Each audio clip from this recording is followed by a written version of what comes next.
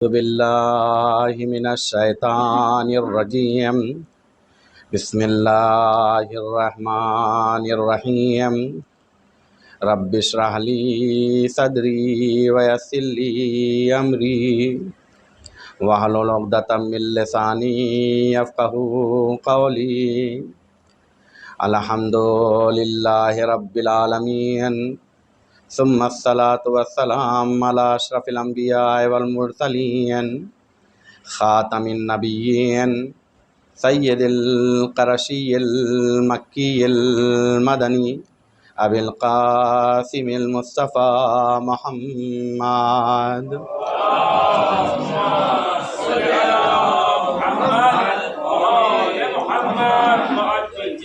وعلى آل بیتہ الطیبین الطاہرین المعصومین المنتخبین المنتجبین اما بعد فقد قال امام الباقر علیہ السلام انی سلم لمن سالمکم وحرب لمن حاربکم وولی لمن والاکم وعدو لمن عاداکم۔ صلوات پڑھ دے بر محمد وآل محمد۔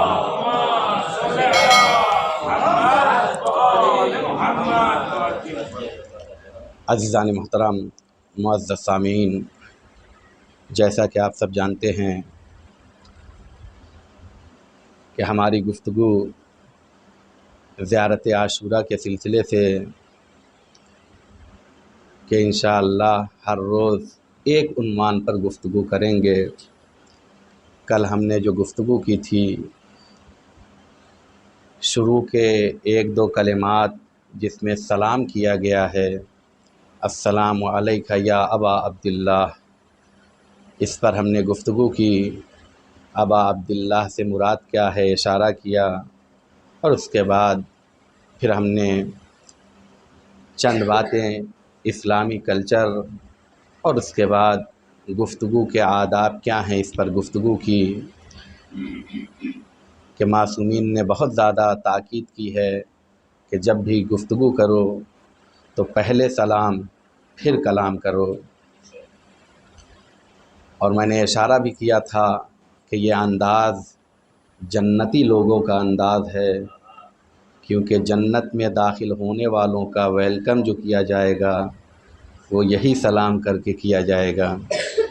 میں نے اشارہ کیا تھا قرآنی ادخلوها بسلام آمنین کہ ملائکہ کھڑے ہو کر کہیں گے کہ داخل ہو جاؤ، آپ کے لیے سلامتی ہے، اور اس کے بعد امنیت ہے۔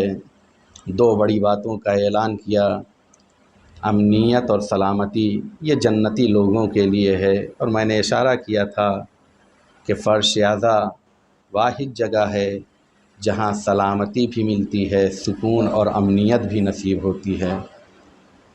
لہذا کل ہم نے یہاں تک گفتگو کی اور اشارہ کیا تھا کہ آج کے لیے کہ ہماری گفتگو ایک فکرے جس میں محبت محمد و آل محمد کی جانب اشارہ کیا گیا ہے، اور اس کے بعد دشمنی رکھنے والوں کے سلسلے سے بات ہوئی ہے، تو ہم نے کہا تھا آج کی گفتگو ہماری جو ہوگی وہ یہ کہ محمد و آل محمد سے محبت کے فائدے کیا ہیں، بینیفٹس کیا ہیں۔ پہلے آپ دیکھیں جب بھی کسی چیز کے بارے میں بات ہوتی ہے تو اس کے لیے ایک اسٹرکچر تیار کر لیا جاتا ہے کہ ہم کہاں تک بات کریں گے، محدودہ کیا ہوگا، کیا باتیں کی جا سکتی ہیں۔ یہ پہلے اسٹرکچر میں آپ کے سامنے پیش کر دوں کہ میں جو فائدے بیان کر رہا ہوں وہ روایات کے ضمن میں ہے، کوئی اپنی طرف سے نہیں ہے، اور دوسرے یہ کہ میں اگر دو چار بیان کر پایا تو اس کا مطلب یہ نہیں ہے کہ اتنے ہی فائدے ہیں، بلکہ ہم دو چار فائدوں کی جانب متوجہ ہو رہے ہیں، وہ بھی متوجہ ہونا ہے، محسوس کرنا ہے۔ تو ہم یہ نہیں کہہ سکتے ہیں کہ یہی فائدے ہیں، اور اس کے بعد یہ بھی نہیں ہے کہ کوئی میں اپنی طرف سے کہہ رہا ہوں، لہذا میں روایات کا سہارا لوں گا۔ جو میں نے فکرہ آپ کے سامنے پیش کیا، کل اشارہ بھی کیا تھا کہ زیارت عاشوراء ہمارے اور آپ کے پانچویں امام محمد باقر علیہ السلام کی زبانی ہے۔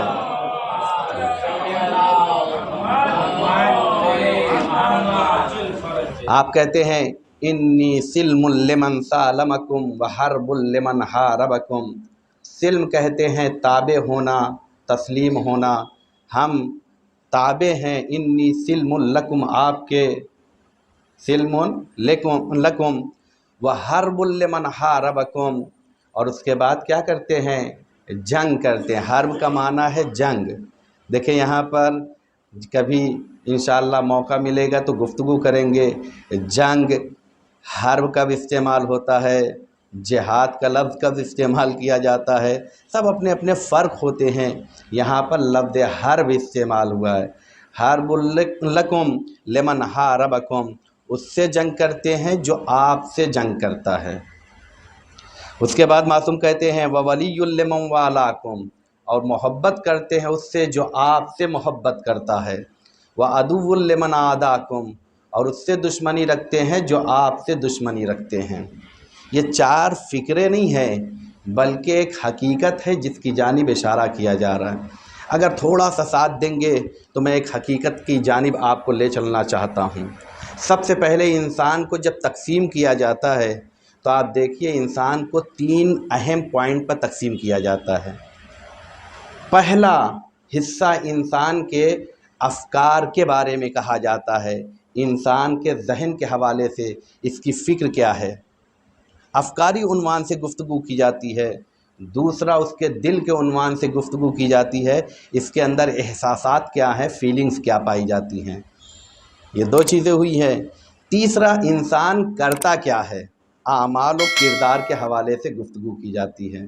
تو کتنی باتیں ہوئی؟ 3 باتیں، افکار انسانی، احساسات انسانی، اعمال انسانی۔ اور قربان جائے لطافت اس تقسیم پر کہ اسلام کو بھی جب ڈیوائیڈ کیا جاتا ہے تو 3 حصوں میں تقسیم کیا جاتا ہے۔ عقائد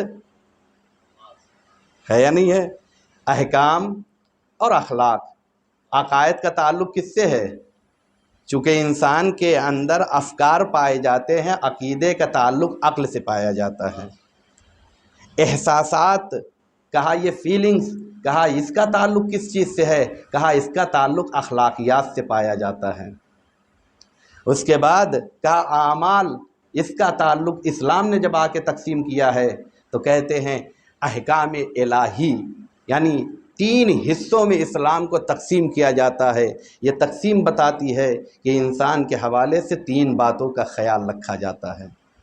لہذا اگر یہ تینوں باتیں پائی جائیں گی تو ایک انسان گویا مکمل دین پر عمل کر رہا ہے۔ اگر صرف اور صرف عقیدہ ہے، صرف اور صرف عمل ہے، اخلاقیات نہیں ہے، تو گویا اسلام کا ایک حصہ آپ کے اور ہمارے وجود میں نہیں پایا جاتا ہے۔ میں اس کی مثال دے رہا ہوں، ذرا سمجھیے گا۔ بالکل اسی طریقے سے ہے، اگر کسی بندے نے آپ سے کسی ضرورت کے سلسلے سے آپ کے سامنے ہاتھ پھیلایا، آپ نے اسے 100 روپے یا ایک نوٹ کی گڈی اٹھا کے پھینک دیا، ہو سکتا ہے اس کی ضرورت ہے لے لے، لیکن یاد رکھیے گا جب اس کو موقع ملے گا تو پلٹ کر ویسے ہی ری ایکشن دکھائے گا، ہے یا نہیں ہے؟ کیوں؟ اس لیے کہ آپ نے اخلاق کا مظاہرہ نہیں کیا ہے۔ لہذا اسلام کہتا ہے نیکی بھی کرو تو اخلاقیات کے دائرے میں کیا کرو، ہے یا نہیں ہے؟ اخلاقیات کا خیال رکھا کرو۔ کہا جب دنیا کے ایک عمل میں اتنی تاکید ہے کہ اخلاقیات کے ساتھ خیال رکھا کرو، کہ اخلاقیات کے ساتھ انجام دیا کرو، تو کہا آخرت اور اللہ کے لیے جو اعمال انجام دیتے ہو اس میں بھی اخلاقیات کا خیال رکھا کرو۔ اخلاقیات کا خیال کیا ہوا؟ کہا نماز پڑھو تو خدا کے لیے پڑھو، کسی اور کے لیے نہ پڑھو، دکھاوے کے لیے نہ ہو۔ نماز پڑھو تو ولایت کے ساتھ ہونا چاہیے، بغیر ولایت کے نہیں ہونا چاہیے۔ صلوات پڑھ دے بر محمد وآل محمد۔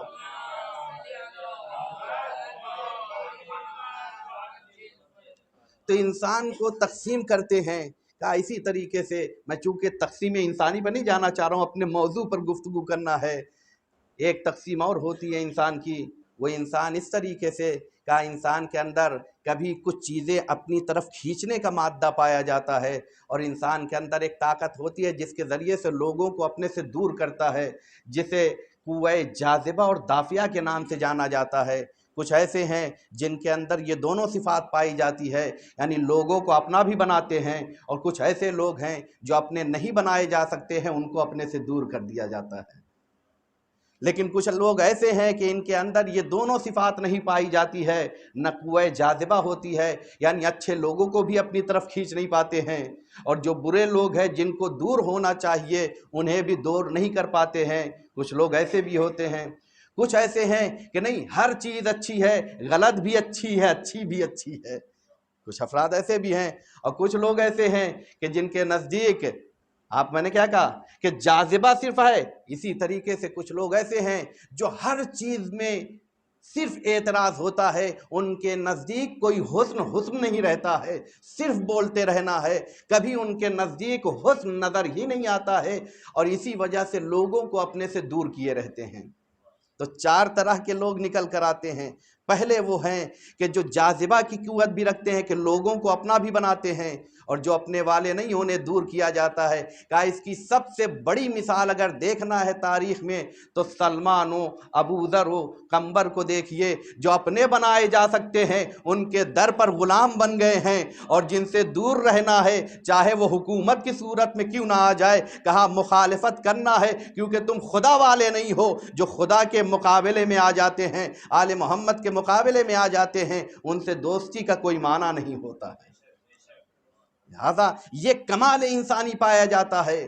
اسی طریقے سے میں نے کہا کچھ افراد وہ ہوتے ہیں کہ جن کے اندر نہ قوہ جاذبہ پایا جاتا ہے، نہ قوہ دافعہ، یا نہ کسی کو اپنا بناتے ہیں، نہ بروں کو اپنے سے دور کرتے ہیں۔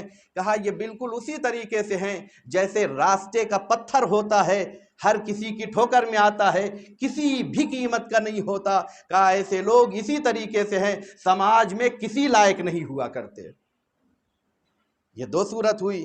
کہا ایک صورت کیا ہے؟ کہا ایک صورت یہ ہے کہ انسان ہر کسی کو اپنا بنائے جاتا ہے، ہر کسی کو اچھا ہے تو بھی اچھا ہے، برا ہے تب بھی اچھا ہے۔ کہا یہ بندے اچھے نہیں ہوتے، ایسے لوگ منافق کہلاتے ہیں۔ کیوں؟ اس لیے کہ حق ہمیشہ ایک طرف ہوتا ہے، دونوں طرف نہیں ہوتا ہے۔ اگر حق ہے تو حق کے ساتھ ہے، برا ہے تو برا کہیں گے، اگر برے کو بھی اچھا کہہ دیا تو پھر منافق کہلاتے ہیں۔ کہا ایسے لوگ خدا کی نگاہ میں عظمت نہیں رکھتے ہیں، بلکہ حکم اسلامی دیکھو تو ایسے جگہوں پر جانے کے لیے منع کیا گیا ہے، ایسے لوگوں سے رابطہ رکھنے کے لیے منع کیا گیا ہے۔ لہذا اگر زندگی گزارنا ہے تو اس طریقے سے گزارے جیسے سلمان و ابو ذر نے زندگی گزاری ہے۔ اور وہ افراد جن کے اندر میں نے کہا صرف اور صرف دور کرنے کی عادت ہوتی ہے، ایسے لوگوں کو آپ دیکھیے سماج میں اکیلے رہ جاتے ہیں، پھر ان سے نہ کوئی دوستی کرتا ہے، نہ ان کے ساتھ کوئی رہنا چاہتا ہے۔ کیوں؟ اس لیے کہ ہر بات پر اعتراض ہے، اچھی بات پر بھی انہیں اعتراض ہوتا ہے۔ تو کہا انسان چار طرح کے ہوتے ہیں، ان کے اندر جاذبہ کی بھی طاقت ہوتی ہے، دور کرنے کی بھی طاقت ہوتی ہے۔ سب سے بہترین قسم کون سی ہوئی؟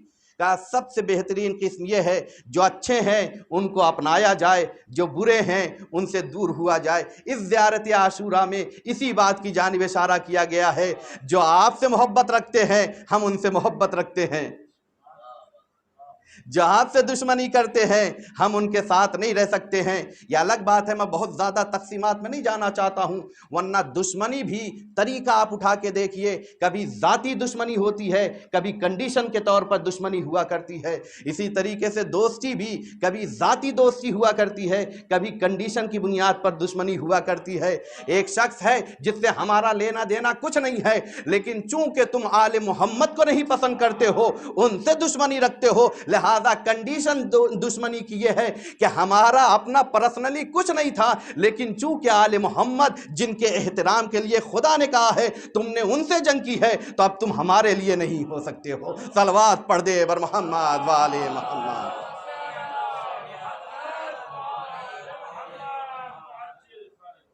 تو دوستی ذاتی دوستی بھی ہوتی ہے، اور کنڈیشن کی بنیاد پر بھی ہوتی ہے۔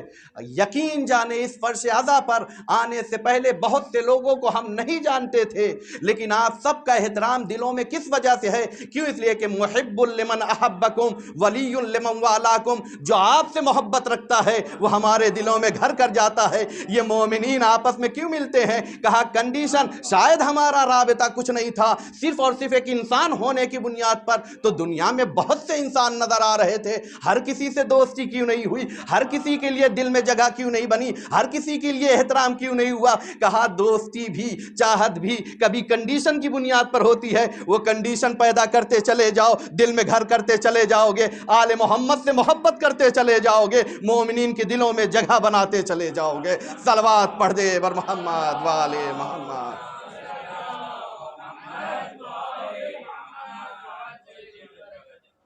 تو یا چار جو فکرے بیان کیے گئے ہیں، دیکھنے میں لگتے ہیں چار فکرے ہیں، لیکن حقیقت میں اس میں ذاتی محبت کا بھی اعلان ہوا ہے، کنڈیشن والی محبت کا بھی اعلان ہوا ہے، اسی طریقے سے ذاتی نفرت کا بھی اعلان ہوا ہے اور کنڈیشن والی نفرت کا بھی اعلان ہوا ہے۔ ہو سکتا ہے ہمارا کوئی رابطہ نہیں تھا، لیکن تم آل محمد سے دشمنی رکھتے ہو، لہذا تم ہمارے دل میں جگہ نہیں بنا سکتے ہو، یہی اعلان کیا گیا ہے۔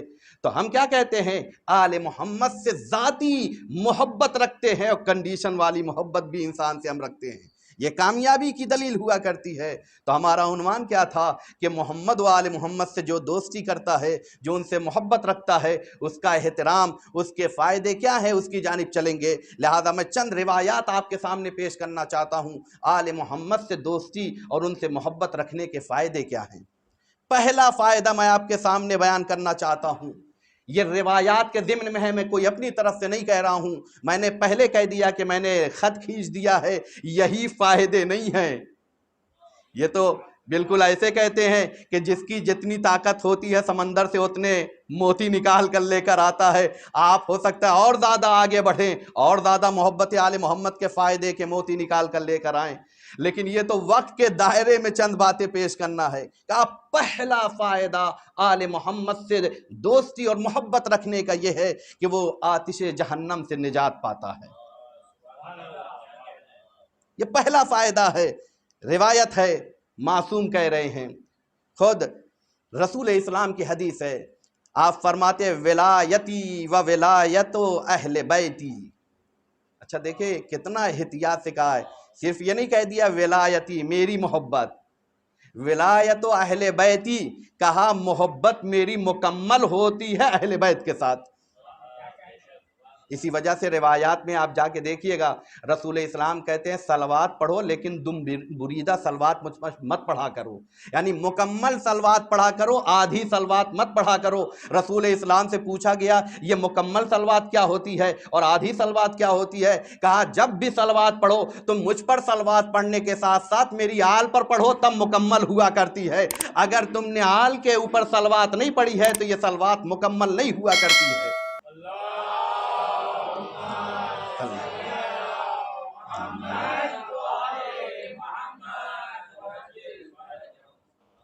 تو کیا بتا رہے ہیں رسول اسلام؟ ولایتی میری محبت، و ولایت و اہل بیتی اور میری آل سے محبت کرنا، امان من النار، یہ کیا ہے؟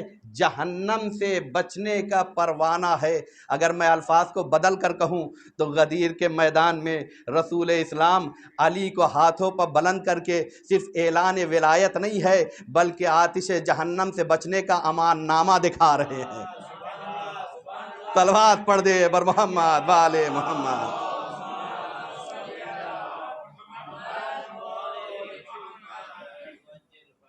تو جس نے امان نامہ لیا دنیا میں بھی عزیز ہوا، آخرت میں بھی مقام پایا، اور جس نے امان نامہ نہیں لیا بلکہ اپنی مہر لگا کے اپنا امان نامہ بنانا چاہا، اب اس سے زیادہ میں کھل کے گفتگو نہیں کرتا ہوں، اپنی مہر لگا کے، تو ٹھیک ہے طاقت ہے تو شاید تمہاری سائن تمہاری مہر پر کسی کی نگاہ نہ جائے، لیکن جب کل قیامت میں فیصلہ ہوگا لمن الملک اليوم، آج کس کا فیصلہ ہے، آج کس کا اختیار ہے، نہ وہاں تمہاری سائن چلے گی، نہ وہاں تمہاری مہر چلے گی، نہ تمہاری چالاکی چلے گی، وہاں حق ہوگا اور حقیقت ہوگی۔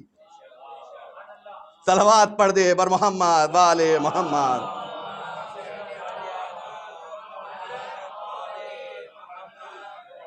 آل محمد سے محبت کا فائدہ کیا ہے؟ کہا ایک فائدہ جو ہم محسوس کر رہے ہیں وہ فائدہ یہ ہے کہ آتش جہنم سے نجات کا ذریعہ یہ محبت ہے۔ کیوں؟ اس لیے کہ اس محبت میں وہ ٹھنڈک ہوتی ہے کہ پھر وہاں حرارت کا کوئی کام نہیں ہوا کرتا ہے۔ صلوات پڑھ دے بر محمد والے محمد۔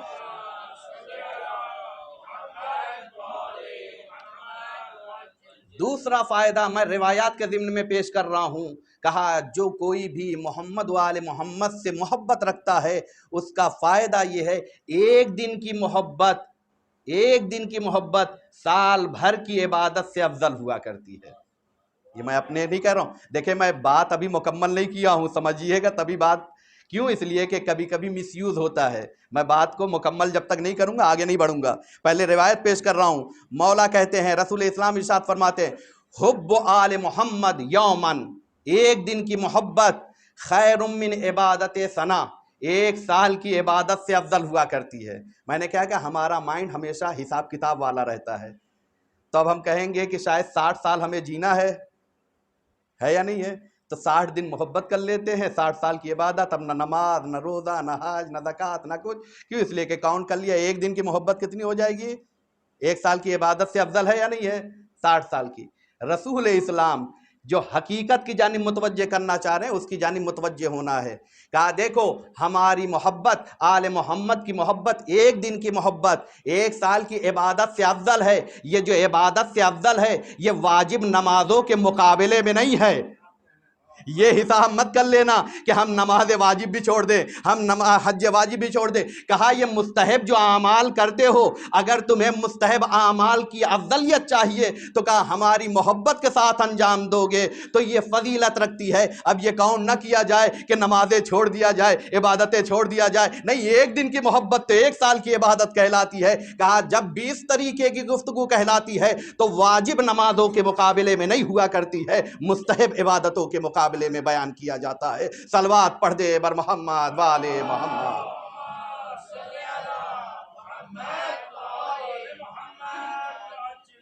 اسی طریقے سے میں آپ سے سوال کروں، کون انسان ہے جو گناہوں کی بخشش نہیں چاہتا ہے؟ ہر انسان اپنے آپ کو گناہوں سے پاکیزہ بنانا چاہتا ہے یا نہیں بنانا چاہتا ہے؟ یہی تو سب سے بڑا کمال ہے۔ بلکہ کربلا میں حر کے کردار کو اسی لیے زوم کیا جاتا ہے کہ دیکھو پاکیزگی کیسے ملتی ہے یا نہیں ہے؟ کہا ہر انسان گناہوں سے اپنے آپ کو بچانا چاہتا ہے، پاکیزہ بنانا چاہتا ہے۔ معصوم کہتے محمد و آل محمد کی محبت انسان کے گناہوں کو ختم کر دیتی ہے۔ میں روایتیں پیش کر رہا ہوں، جہاں ضرورت ہے میں وہاں پر اس کی وضاحت بھی کر رہا ہوں۔ معصوم کہہ رہے ہیں، امام جعفر صادق علیہ السلام کی روایت ہے،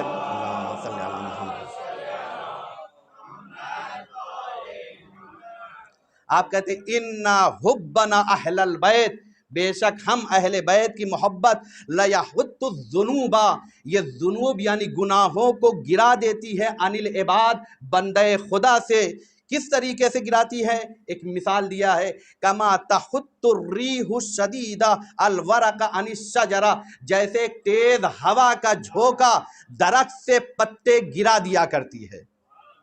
سب سے پہلے یہاں پر تشبیہ دے کے بتایا ہے، کچھ باتیں صرف باتوں تک رہے گی تو سمجھ میں نہیں آتی ہے، تشبیہات کے ذریعے سے اسے محسوس کرایا جاتا ہے۔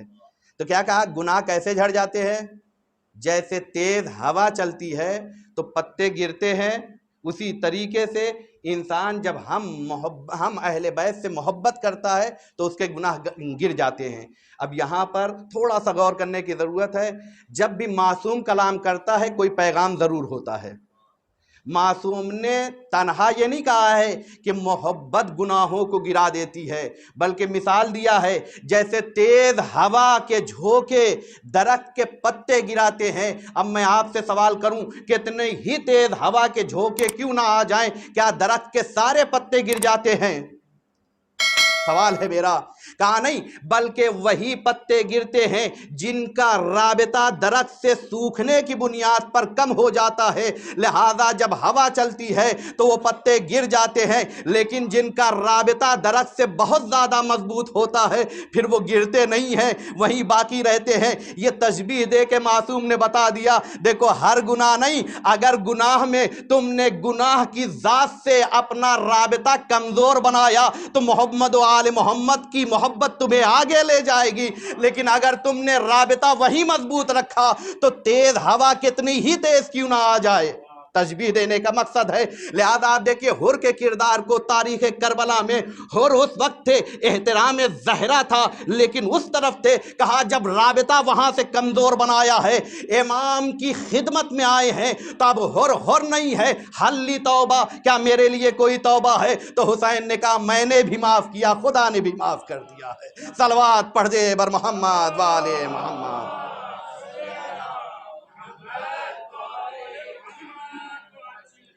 تو گناہوں کا بخشش کا ذریعہ محبت والے محمد ہے، لیکن یہ محبت کب ہوگی؟ کہا جب گناہ اور مرکز گناہ سے تمہارا رابطہ کمزور ہو جائے گا، کیونکہ مولا نے کہا ہے ایک دل اللہ نے دیا ہے، ایک دل میں دو محبت آ ہی نہیں سکتی ہے۔ اگر اہل بیت سے محبت ہے تو گویا گناہوں سے تمہارا رابطہ نہیں ہے، لیکن اگر تمہارا رابطہ گناہوں سے ہے تو پھر زبانی اعلان تو ہو سکتا ہے لیکن عمل کے میدان میں نظر نہیں آؤ گے۔ صلوات پڑھ دے بر محمد والے محمد۔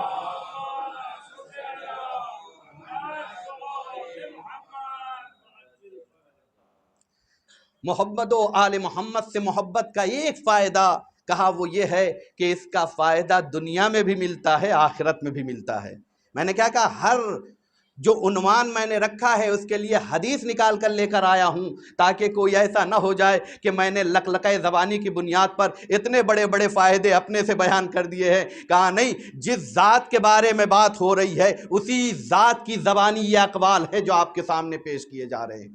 معصوم کیا کہتے ہیں کہ دیکھو آل محمد سے محبت دنیا میں بھی انسان کو فائدہ پہنچاتی ہے، آخرت میں بھی۔ رسول اسلام ارشاد فرماتے ہیں من اراد التوکل علی اللہ، جو یہ ارادہ رکھتا ہے کہ اللہ کے اوپر اسے توکل ہو جائے۔ دیکھیں اللہ پر توکل کربلا ہی والے رکھتے ہیں۔ کون رکھتا ہے؟ کیوں؟ اس لیے کہ اتنی مصیبتیں آئیں لیکن خدا پر توکل ہے، قدم کبھی پیچھے ہٹتے ہوئے نظر نہیں آئے ہیں۔ اور جو کربلا سے متصل ہو جاتا ہے اسے بھی توکل کرنا آ جاتا ہے۔ تبھی تو دیکھیے میں ہمیشہ ایک جملہ کہتا ہوں، یاد رکھیے، دو طرح کے لوگ ہوتے ہیں، چونکہ تقسیم بندی ہی چل رہی ہے تو شاید یہ تقسیم بھی، کہا دو طرح کے لوگ ہوتے ہیں۔ کچھ افراد وہ ہوتے ہیں جو دولت کے قبضے میں ہوتے ہیں، کچھ افراد وہ ہوتے ہیں جو دولت کے قبضے میں نہیں، دولت ان کے قبضے میں ہوا کرتی ہے۔ کہا وہ انسان ناکام ہے جو دولت کے قبضے میں چلا جائے، وہ انسان کامیاب ہے دولت اس کے قبضے میں آ جائے۔ کیوں؟ اس لیے کہ جب دولت کے قبضے میں چلے جاؤ گے تو تم دولت کے اسیر بن جاؤ گے، چاہ کے بھی تم اپنے آپ کو دور نہیں کر سکتے ہو۔ پھر قارون جیسے اس کے خزانے کے قبضے میں تھا، اگر خزانہ گیا تو قارون بھی دفن ہو گیا، لیکن اگر دولت تمہارے قبضے میں ہوگی جب چاہو گے ہاتھ کھول دو گے۔ تبھی تو دکھائی دیتا ہے کہ دولت قبضے میں رکھو، دولت کے قبضے میں مت جاؤ۔ یہ کردار خدیجہ ہے، ملکہ تھی، دولت ان کے اختیار میں تھی، کہا دولت میرے اختیار میں ہے، خدیجہ دولت کے اختیار میں نہیں ہے، جب چاہا رسول کا صدقہ اتار کر ہاتھوں کو الگ کر لیا ہے۔ صلوات پڑھ دے بر محمد والے محمد۔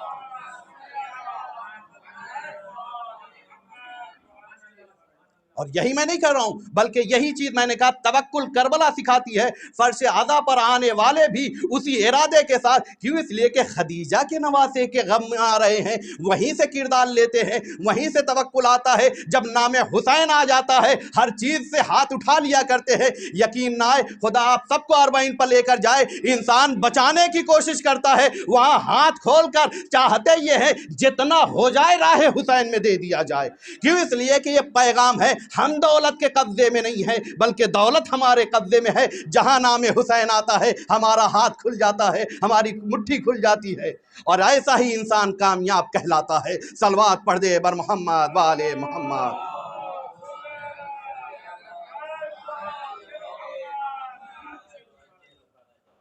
اور یہ کون کرتا ہے؟ جسے خدا پر توکل ہوتا ہے۔ حسین پر بھروسہ ہوتا ہے، فاطمہ کی دعاؤں پر اطمینان ہوتا ہے، وہ انسان کرتا ہے۔ تو کیا کہا؟ من اراد التوکل علی اللہ، جو انسان چاہتا ہے اللہ پر توکل کرے، فلیحب اہل بیتی، پس اسے چاہیے کہ ہم اہل بیت سے محبت کرے۔ یعنی محمد و آل محمد کی محبت انسان کو توکل دلاتی ہے، اور جو توکل کرتا ہے، قرآن میں جا کے دیکھے بہت آیتیں ہیں جس کے اوپر آپ ریسرچ کریں گے تو توکل کے بارے میں انسان کو متوجہ کیا گیا ہے الگ الگ انداز سے۔ میں خود ایک جگہ گفتگو کر رہا تھا، مہینوں گزر گئے، ہر روز ایک الگ آیت کو اٹھا کے گفتگو کرنا تھا۔ مقصد یہ نہیں تھا کہ مجھے قرآن حفظ ہے، مقصد یہ تھا کہ ایک کتاب میں اتنی مرتبہ توکل کا تذکرہ کر کے بتانا تھا اللہ کو کہ دیکھو تمہاری زندگی میں توکل کتنا اہمیت رکھتا ہے۔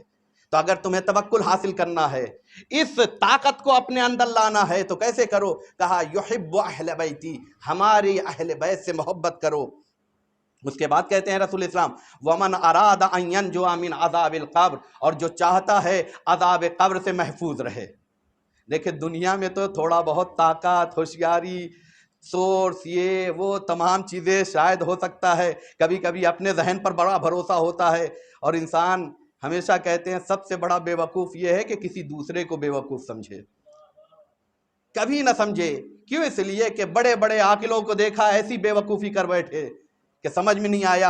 لہذا کہا اگر عقل کو ثابت کرنا چاہتے ہو تو عقل ہوشیاری سے نہیں سمجھ میں آتی ہے، عقل دھوکہ دینے سے نہیں سمجھ میں آتی ہے، عقل بتاتی ہے کہ معصوم سے پوچھا گیا عقل کسے کہتے ہیں؟ قال عقل ما عبد بہ الرحمن، یہ دیکھو کتنا خدا کی عبادت کرتا ہے، کتنا آل محمد سے محبت کرتا ہے، جتنی محبت ہوتی اتنا عاقل ہوگا۔ لہذا سلمان و منا اہل البیت عقلا کے ضمن میں آئے اس لیے کیونکہ آل محمد سے محبت کیا کرتے تھے۔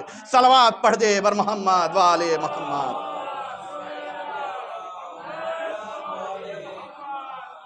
اگر چاہتے ان ینجوا، آپ نجات پا جائیں، من عذاب القبر، اچھا ہر انسان قبر کے عذاب سے بچنا چاہتا ہے یا نہیں بچنا چاہتا ہے؟ اور یہی سب سے بڑی عقل مندی ہے۔ تو اس کا سامان پہلے سے کر کے جائے کہ نہیں جائے؟ جیسے کل قیامت میں انسان کہے گا ہم نے حقیقت دیکھ لی، اللہ ہمیں دوبارہ پلٹا دے، تو وہاں پھر کوئی چانس ملنے والا نہیں ہے۔ ویسے قبر میں جانے کے بعد جب محمد و آل محمد کی محبت کا فائدہ پتہ چلے گا تو کہیں گے ہم نہیں، یہی موقع ہے، کر کے جاؤ، پہلے سے سامان سفر باندھ کر جاؤ۔ ینجوا من عذاب القبر فلیجب یا فلیحب، دونوں لفظ ہے، اسے چاہیے محبت کرے اہل بیتی، ہماری آل سے۔ اس کے بعد کہتے ومن اراد الحکمت فلیحب اہل بیتی، جو چاہتا ہے حکمت سے مالا مال ہو جائے وہ ہم آل محمد سے محبت کرے۔ دیکھیں محبت کے فائدے، محمد و آل محمد سے محبت کا فائدہ یہ ہے توکل حاصل ہوتا ہے، اس کا فائدہ یہ ہے کہ عذاب قبر سے نجات پاتا ہے۔ توکل بھی میں ہمیشہ مثال دیتا ہوں، متوجہ رہیے گا، انسان کی کامیابی کانفیڈنس پر ہوتی ہے۔ توکل یعنی کانفیڈنس، جتنا کانفیڈنس ہوگا اتنا آگے بڑھو گے۔ اسی طریقے سے کہا عذاب قبر، عذاب قبر سے نجات پانا ہے تو محمد و آل محمد کی محبت ہے۔ اسی طریقے سے معصوم کہتے ہیں حکمت، آج کون انسان ہے جو حکمت کو پسند نہیں کرتا ہے؟ جس کے پاس تھوڑا سا بھی سینس ہوتا ہے وہ حکمت کی باتوں کو، لہذا آپ دیکھیے ہر چینل کو نہیں سنتے ہیں۔ کیوں نہیں سنتے ہیں؟ کہا یہاں ٹائم پاس ہے، حکمت کی باتیں نہیں ہیں۔ ہر کسی کی باتوں کو نہیں سنتے ہیں، صرف آل محمد کی باتوں کو اس لیے سنتے ہیں کیونکہ یہی حکمت پائی جاتی ہے۔ دنیا میں بہت ہے، کہا یہی حکمت پائی جاتی ہے۔ جب حکمت کو پسند کرتا ہے چاہے نہ بھی مانتا ہو، لیکن نام بدل کر اقوال انہی کے پیش کیے جاتے ہیں۔ دنیا میں اقوال زرین بھی بنائے جاتے ہیں تو آل محمد کے اقوال کے ذریعے سے بنائے جاتے ہیں۔ صلوات پڑھ دے بر محمد وآل محمد۔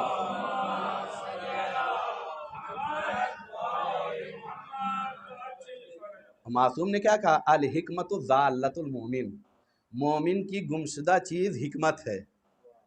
عقل مند انسان، ذہین انسان، بہترین انسان وہ ہے، خود معصوم نے کہا ہے، میں ابھی اشرا پڑھ رہا تھا وہاں پر صرف اس عنوان سے کہ انسان کو کامیابی حاصل کرنا ہے تو اس کی کامیابی میں ایک بہت بڑا رول یہ ہے کہ اپنی زبان کو اپنے کنٹرول میں رکھے۔ کبھی اچھی نوکری بھی زبان سے گوا دیتا ہے، کبھی بڑی بڑی کامیابی ایک لمحے کی خطا کسی کے خلاف ہو گیا، اسی لیے کہتے ہیں جب بولو تو آل محمد کے لیے بولو تاکہ کامیابی ملے، ورنہ نہ بولو۔ کیوں؟ اس لیے کہ زبان کی کامیابی یہ ہے کہ ذکر اہل بیت کیا جائے۔ صلوات پڑھ دے بر محمد و آل محمد۔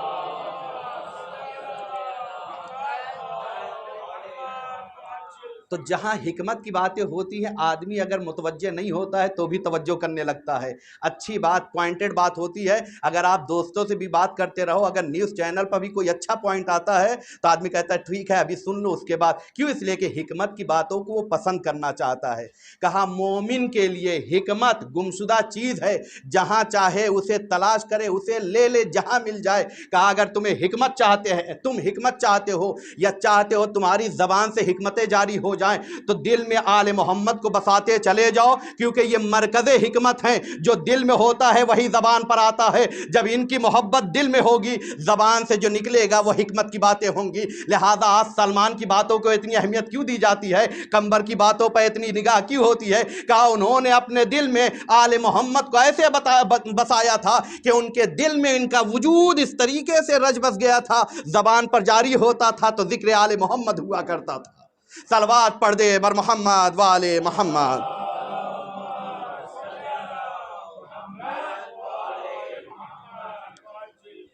ومن اراد دخول الجنہ، اور جو چاہتا ہے جنت میں داخل ہو جائے بغیر حساب، دیکھیں لفظ ہے بغیر حساب، فلیحب اہل بیتی، بس اسے چاہیے کہ اہل بیت سے محبت کرے۔ میں نے پھر یہاں پر اشارہ کر دوں کہ بغیر حساب کب انسان جاتا ہے؟ جس کے پاس حساب کے لیے کچھ بچا ہی نہ رہ جائے۔ جس کے پاس بہت کچھ ہوتا ہے اسے حساب کے بغیر نہیں گزرنا ہوتا ہے۔ کہا جو حقیقی محبت کے محمد و آل محمد کا چاہنے والا ہوتا ہے وہ نام حسین پر سب خرچ کر دیتا ہے، بچاتا ہی نہیں ہے، تو اسے حساب کی ضرورت کیا ہے؟ جو آل محمد سے جیسی محبت ہونا چاہیے ویسی محبت رکھتا ہے تو گناہ جھڑ جاتے ہیں، حساب کی ضرورت ہی نہیں ہوا کرتی ہے۔ صلوات پڑھ دے بر محمد و آل محمد۔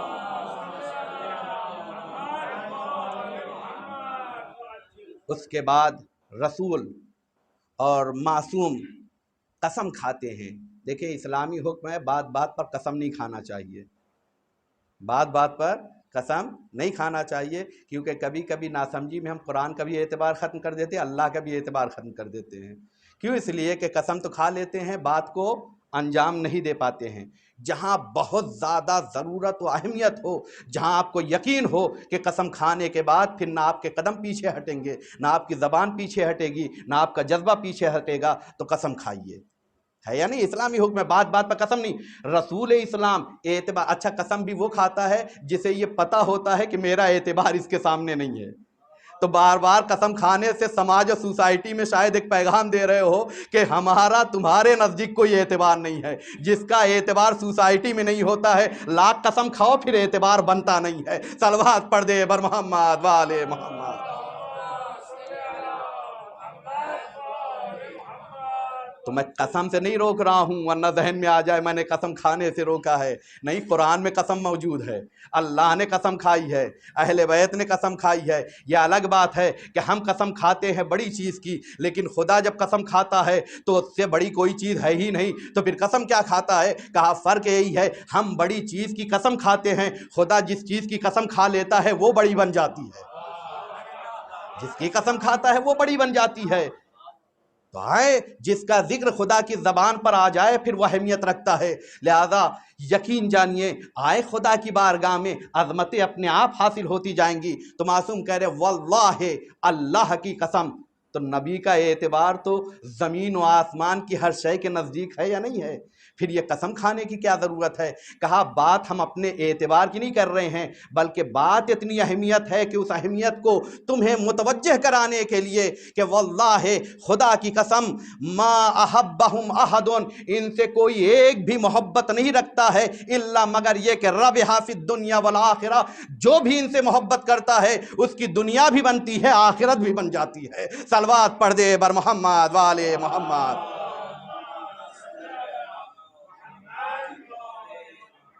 چونکہ وقت ہوا میں بات کو سمیٹ رہا ہوں صرف ایک واقعے کی جانب، ورنہ باتیں بہت تھی۔ ایک شخص ہے جس کا نام ہے حکم ابن عتیبہ یا عتیبہ، چونکہ یہ ضبط لغت کہتے ہیں، حکم ابن عتیبہ شخص نامی ہے، بوڑھا شخص تھا، معصوم اپنے اصحاب کے ساتھ بیٹھے ہوئے تھے۔ یہ شخص آیا اور آنے کے بعد مولا سے تھوڑا سا دور تھا، تو مولا سے کہتا ہے کہ مجھے اپنے پاس بلا لیجئے، اور ریزن بھی بتاتا ہے تاکہ میں آپ کی باتوں کو اچھے طریقے سے سن سکوں۔ قربان جائے اس انداز پر، شاید بتانا چاہتا ہے کہ دیکھو جسے قول معصوم میں لذت آنے لگتی ہے، پھر وہ امام کے قریب جاتا ہے، دور نہیں رہتا ہے۔ صلوات پڑھ دے بر محمد والے محمد۔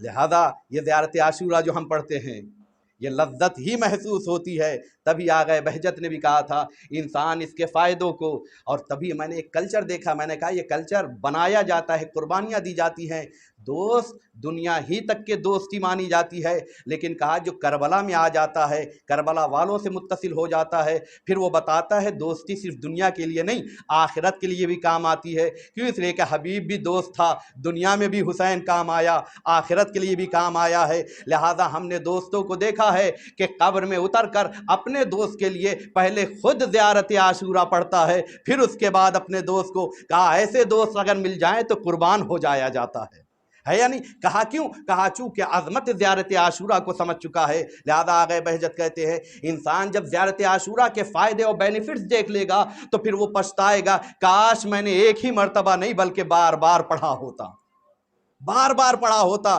لہذا یہ زیارت عاشورہ جب موقع ملے اس کی تلاوت کیجئے۔ یہ تو میں نے چونکہ 4-5 گھنٹے آپ کے جو لیے ہیں، یہ چاہتا یہ ہوں کہ جب بھی اس فکرے پر جائیں تو اس محبت کو ذہن میں رکھیں، اس فکرے پر جائیں تو سلامتی کو مفہوم سلامتی کو رکھ کر جب سلام کریں گے تب ان معارف تک پہنچنے کی کوشش کریں گے۔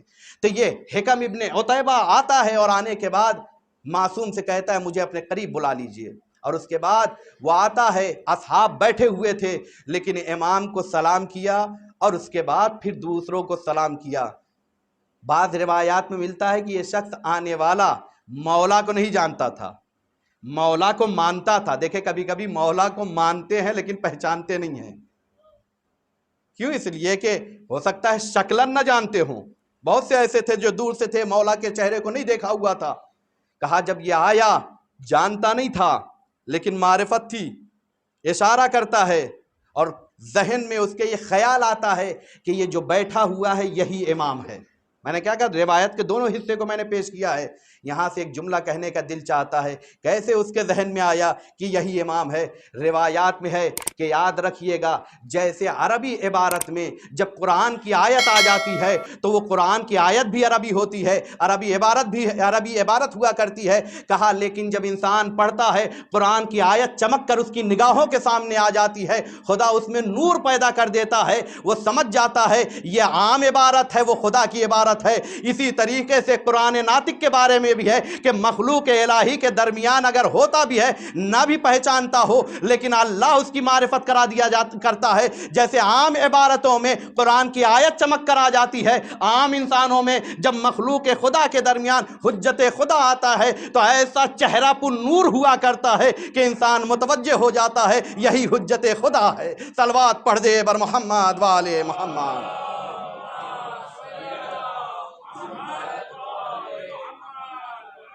وقت نہیں ہے میں اس کی پوری روایت کو پیش کروں۔ اس نے قسم کھائی، پھر اظہار محبت کیا کہ انی احبکم، میں آپ کو بھی دوست رکھتا ہوں، وہ احب من احبکم، اور جسے آپ دوست رکھتے ہیں اسے بھی مانتا ہوں۔ یہ جملہ ایسے ہی نہیں ہے، آنے والا اعلان کر رہا ہے۔ یہاں سے ایک بات سمجھ میں آئی، صرف اہل بیت کو ماننا نہیں ہے بلکہ اہل بیت کی بھی ماننا ہے۔ اہل بیت کو صرف نہیں ماننا ہے بلکہ جو محبوب اہل بیت ہے اسے بھی ماننا ہے۔ اگر سجدے ان کے محبوب ہے تو اسے لینا ہے، روزے ان کے محبوب ہے تو اسے لینا ہے، حج و زکوٰۃ ان کے محبوب ہے تو اسے نکالنا ہے۔ کہا کیوں؟ اس لیے کہ احبکم، ہم آپ سے محبت رکھتے ہیں اور آپ جس چیز کو پسند کرتے ہیں اسے بھی ہم چاہتے ہیں۔ اس کے بعد پوری روایتیں ہیں کہ جس کو اس نے پیش کیا آخر میں کہتا ہے کہ آقا میں نے نہ کوئی حلال محمد کو حرام کیا ہے نہ حرام محمد کو حلال کیا ہے، کیا میں امید رکھ سکتا ہوں کہ خدا کی نگاہ میں کسی مقام تک پہنچ سکتا ہوں؟ اس نے آخر میں ایک جملہ کہہ کے بتا دیا کہ دیکھو قانون یہ ہے، خدا کی نگاہ میں اگر عظمت پانا ہے تو حلال محمدی کو قیامت تک حلال سمجھو، حرام محمدی کو قیامت تک حرام سمجھنا، تبھی خدا کی نگاہ میں عظمت ہوگی۔ اب میں کھول کر تو نہیں بولتا ہوں، لیکن سمجھ لیجئے جو اپنی زبان پر فخریہ آ کے کہے زمانہ محمد میں تو حلال تھا میں نے اسے حرام کر دیا، تو یاد رکھیے نہ دنیا میں اس کی کوئی عزت ہوتی ہے نہ آخرت میں اسے کوئی مقام ملتا ہے۔ صلوات پڑھ دے بر محمد والے محمد۔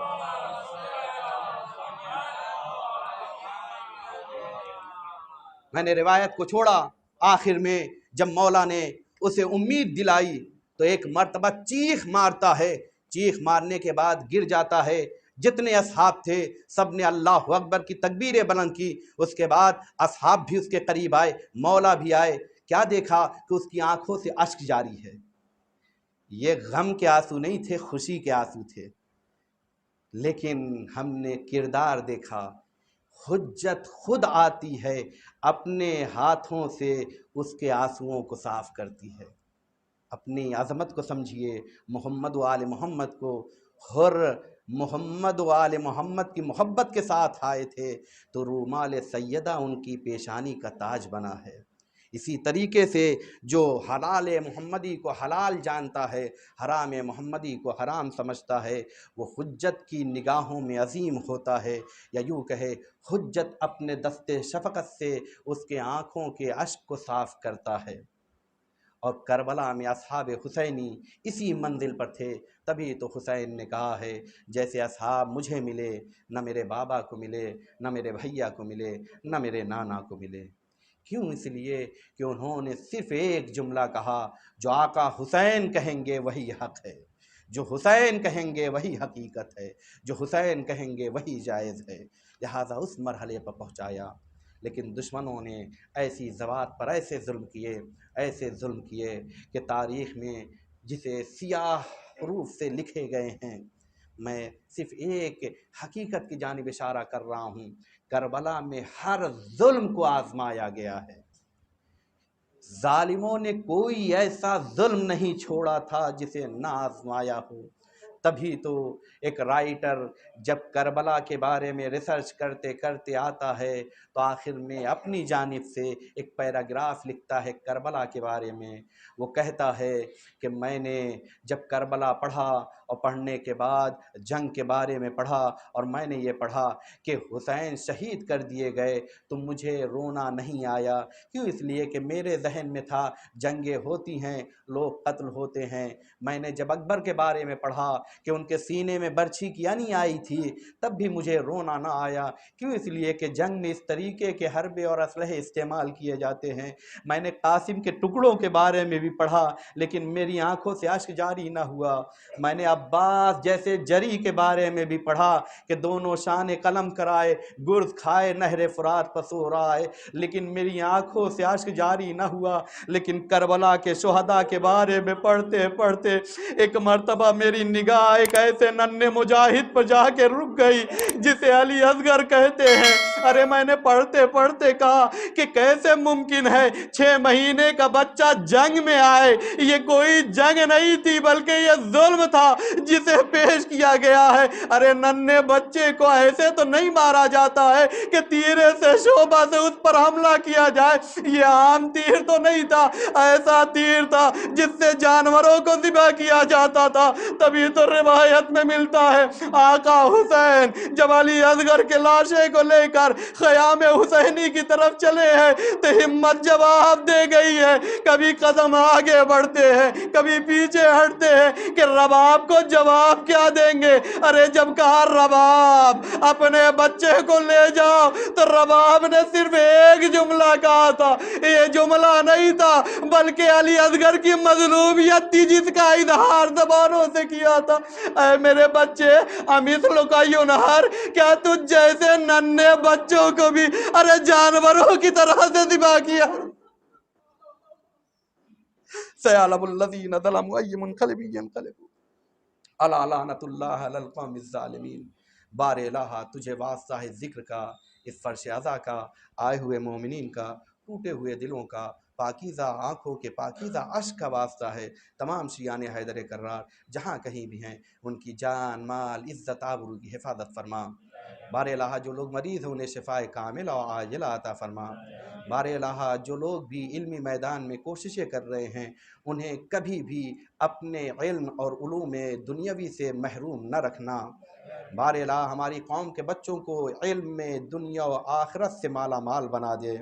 بار الہ ہمیں کبھی فرش اعلیٰ سے دور نہ ہونے دینا۔ بار الہ ہمارے دلوں سے کبھی محبت و آل محمد کی محبت نکلنے نہ پائے۔ بار الہ تجھے واسطہ ہے اس فرش اعلیٰ کا، اپنی آخری حجت امام زمانہ کے ظہور میں تعجیل عطا فرما اور ہمیں ان کے اعوان و انصار میں شمار فرما۔